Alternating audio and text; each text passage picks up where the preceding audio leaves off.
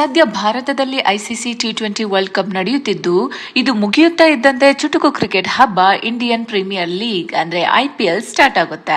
ಆದ್ರೆ ಇನ್ನು ಬಿಸಿಸಿಐನಿಂದ IPL time table release ಆಗಿಲ್ಲ.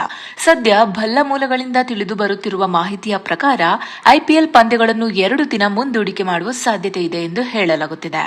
ಐಪಿಎಲ್ ಸೀಸನ್ 19ಕ್ಕೆ ಈಗಾಗಲೇ ತೆರೆಮರೆಯ ಸಿದ್ಧತೆಗಳು ನಡೆಯುತ್ತಿದ್ದು, ಹಲವು ತಂಡಗಳು ಪ್ರಾಕ್ಟೀಸ್ ಸೆಷನ್ ಆರಂಭಿಸಿವೆ. ಇನ್ನು ಈ ಮೊದಲು ಐಪಿಎಲ್ ಪಂದ್ಯಗಳನ್ನು ಮಾರ್ಚ್ 26ರಂದು ನಡೆಸುವ ಬಗ್ಗೆ ಚಿಂತನೆ ನಡೆದಿತ್ತು.